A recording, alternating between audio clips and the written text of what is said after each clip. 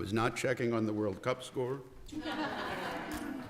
I'm actually recording it. I don't want to know what's happening.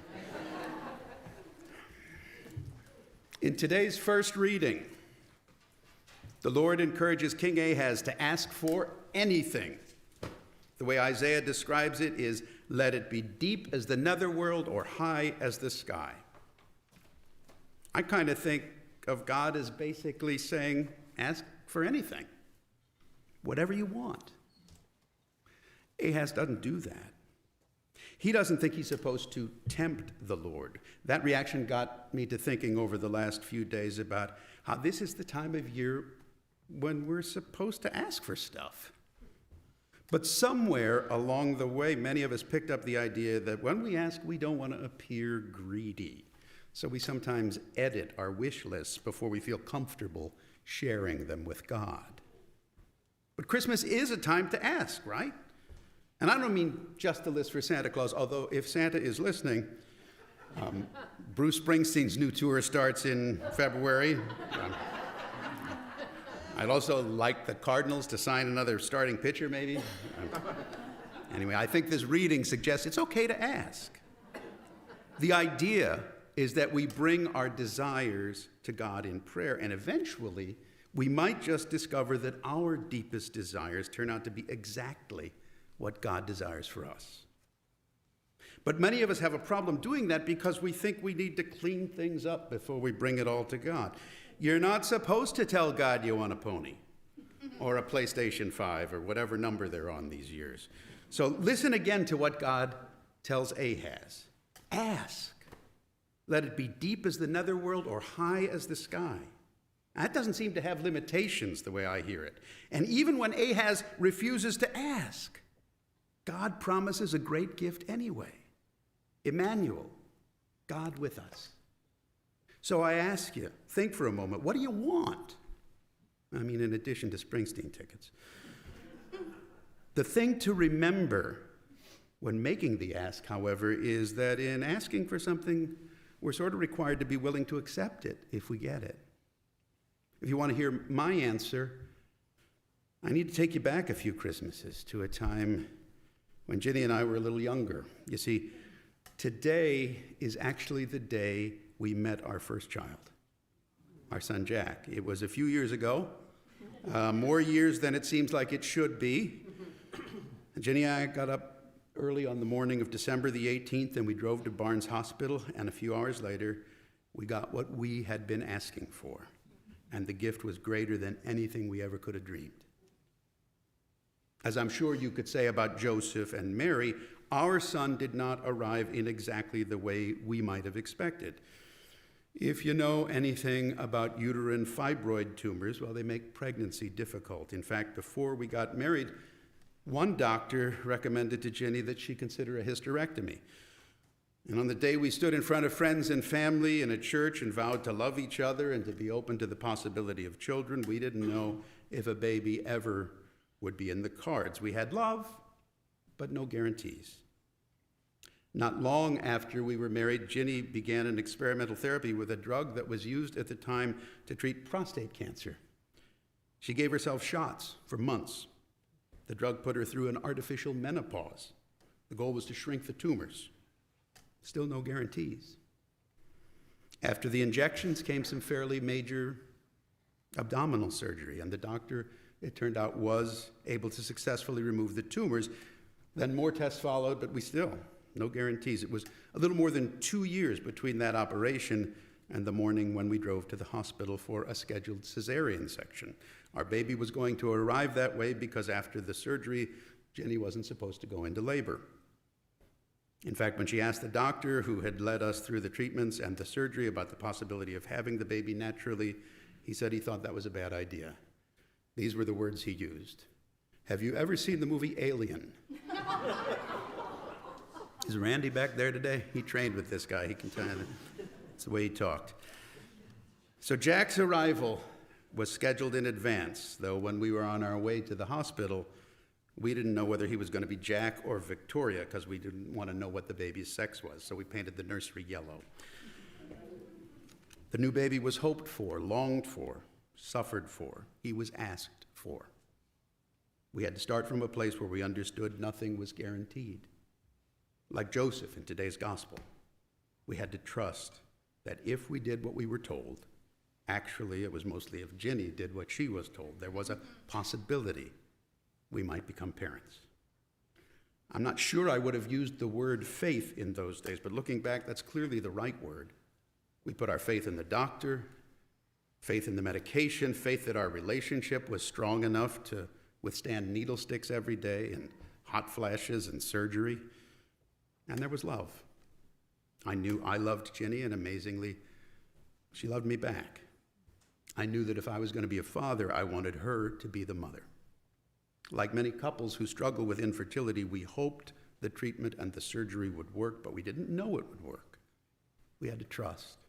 And trust, after all, is really what we mean when we say faith. Jack's coming was a gift, but by the time it happened, it was not a surprise.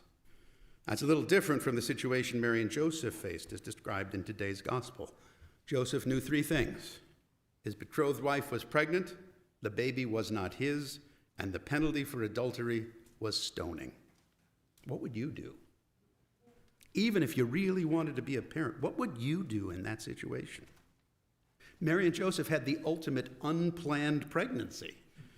Though I suppose you could argue from God's point of view there was a plan in place. But again, put yourself in Joseph's place. Imagine his first response, "You're what?" And I ask you again, what would you do? I think we can come up with plenty of potential answers, but I would argue that the only ones that have a chance to work are the ones that are built on love and trust.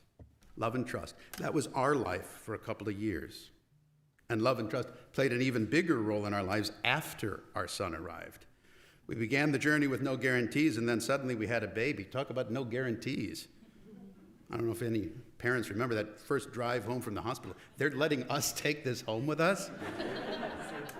From that first moment, we had another person to worry about, another person to feed, be responsible for, another person who sometimes got sick or felt sad or broke his leg or stayed out too late without calling us. But most importantly, we had a person we could look at who could help us to understand just a bit more about how God feels when God looks at us. I also want to stop here for just a moment because I don't want to give short shrift to our daughter, Abby. She arrived 2 Decembers later. She's been another unbelievable gift to us, but I mention our firstborn today because of the love and trust that, thank God, led to his arrival on this day years ago. There's plenty of love and trust on display in today's gospel. Nothing, after all, was guaranteed to the Holy Family.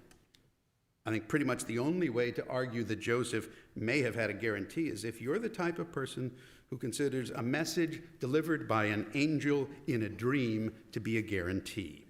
In fact, if you think that angels delivering messages in dreams represent guarantees, I would like to talk to you after Mass about some opportunities with cryptocurrency.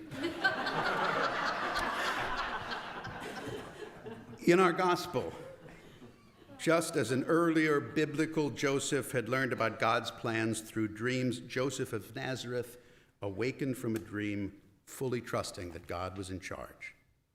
And because of that love and trust, he took Mary into his home, and the two of them began to prepare for the arrival of a baby who would not only change their world, but a baby who ended up changing the world for everybody. And the world changed. That's what Christmas is about. God so loved the world that God entered it and changed everything, right from the first breath he drew as a helpless little baby. Of course, Jesus isn't the only baby who changed the world. Every baby does that in some way. Babies change the world by changing their parents. I mean, we think we change them, and I guess we do, but they change us. It's a fairly universal experience for parents to discover that their heart's capacity for love expands by a factor of, I don't know, some pretty big number. I'm betting the arrival of Jesus did the same thing for Joseph and Mary. I know Ginny and I were different people when we arrived at Barnes Hospital on that December morning than we were when we went home a few days later. If nothing else, the experience made me look at my parents differently, thinking to myself, so this is how they feel. There's a spiritual writer, Ron Rolheiser, who says in one of his books, in every cell of our bodies and in the very DNA of our souls, we ache for something or someone we have not yet known. That's true about our longing for Christ, but it's also true for parents longing to meet their babies. He continues by saying, Advent celebrates human longing. And during this final week of Advent before Christmas, I think we're all called to meditate on longing and on the enormity of the change that love and trust can bring into our lives. And one way to do that is to ponder the enormity of the change that can occur in the lives of new and expectant parents. Change that can help us remember that our hearts, like the heart of the Grinch who stole Christmas, have a lot of room to grow. As we enter this final week, let's all make it a point to trust that God understands our longings and desires and wants us to ask. God is standing by, hoping for an opportunity to expand our hearts, that we might become capable of the same trust and love that guided Mary and Joseph, the same trust and love that guides every expectant parent. When a new baby enters the world changes. That's just the truth. When Jesus entered our world, he hadn't cured anyone or told any parables or suffered or risen, but the world already was being made new. In a couple of minutes, we'll prepare the altar here, and Father Patrick will say some quiet prayers over the bread and wine, and I'll also get to say these words quietly as I put a couple of drops of water into the chalice. I'll say, by the mingling of this water and wine, may we come to share in the divinity of Christ, who humbled himself to share in our humanity. When you get right down to it, that's the new life God desires for us. The new life we sometimes get a glimpse of in a sunrise or an ocean, some snow-capped mountains, or a new baby.